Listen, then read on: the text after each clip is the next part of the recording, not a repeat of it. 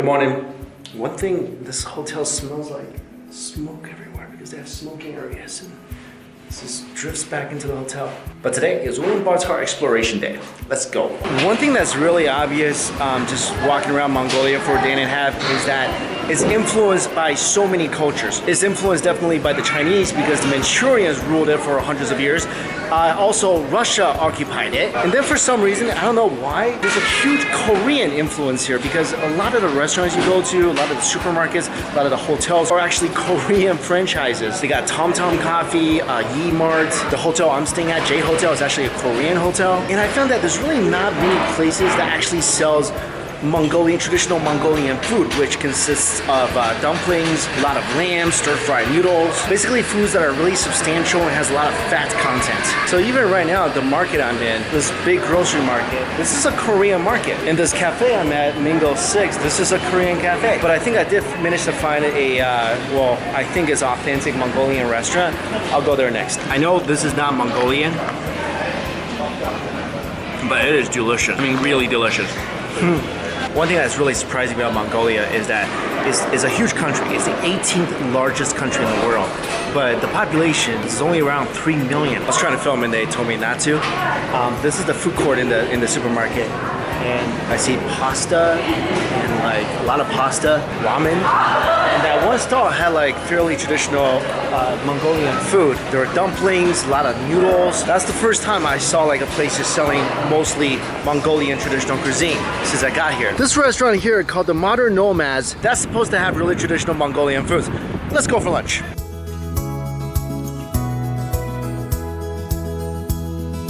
I'm kind of confused. It's like a store. Oh, here we go.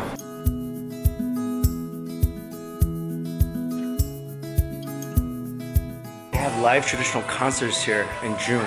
I was a little confused when I came here. I saw this on the table. So obviously I thought it was food and I was about to put it inside my mouth. These are actually animal bones from horse, sheep, camel, and goat. And you throw them in the air and you ask your questions. So it's kind of like a fortune-telling device, like a calcium-enriched magic 8-ball. Let's give this a try.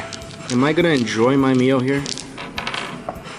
And as you can see here, I have 1 horse, 1 camel, 2 goats, and 1 sheep. Good for the other part. Okay, I don't know if I did that right. I wish there was like 10 people here with me so we can like order a lot and eat it all. Oh my goodness, here it comes. Wow.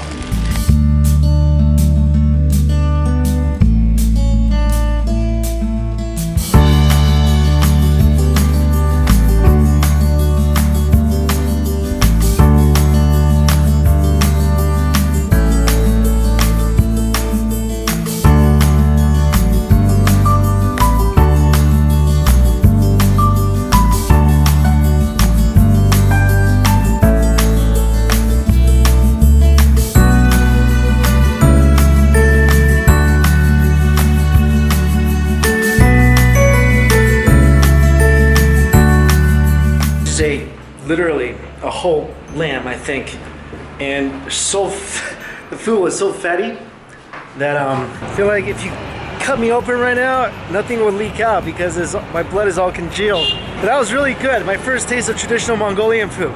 Really happy. Let's go walk around. What is going on over here? I saw a lot of political protests, people with banners and flags. Let me find out what's going on. There's the great Khan himself.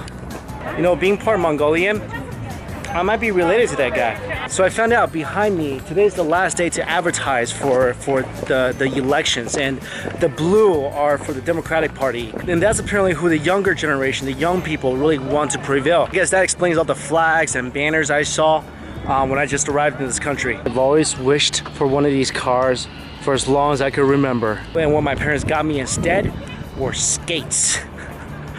But you know what? Yeah, skating was fun too. No, not as fun, more work. Oh, this is cool. I love ancient temples and museums.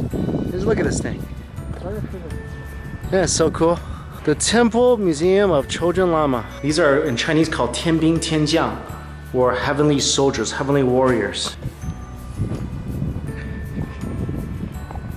This thing just exudes history.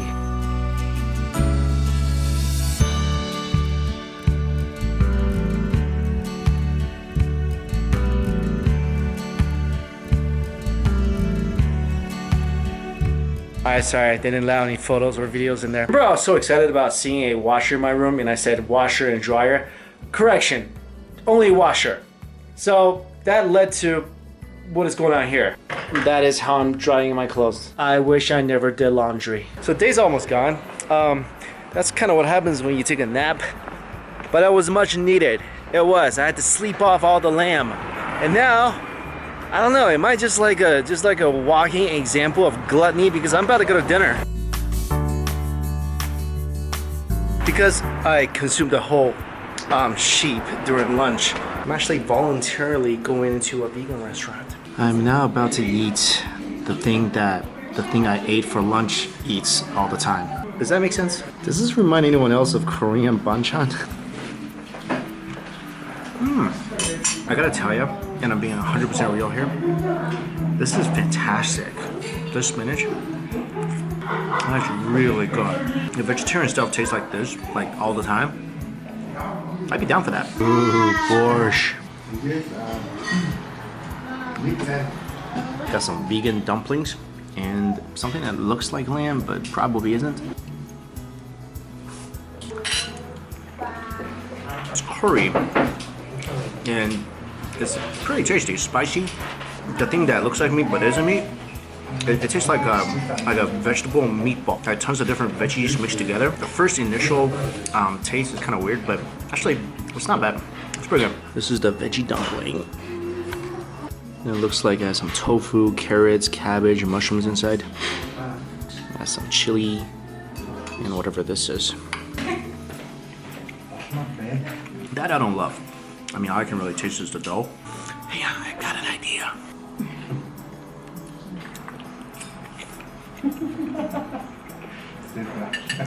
Okay. It wasn't the best idea. There's just too much dough. I really can't taste the filling. I'm not a huge fan. Let's try the fried dumpling. I'm not sure what this is. It's some sort of cheese.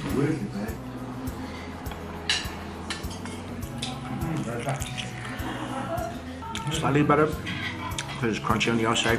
But again, not that much flavor. Oh no, not a bad first vegetarian restaurant experience. Would I do it consistently? No, but that was pretty tasty, especially the spinach. Man, that was like heavenly. Maybe it's made from heaven grass. Because I had some vegetarian food, I'm gonna reward myself with a avocado.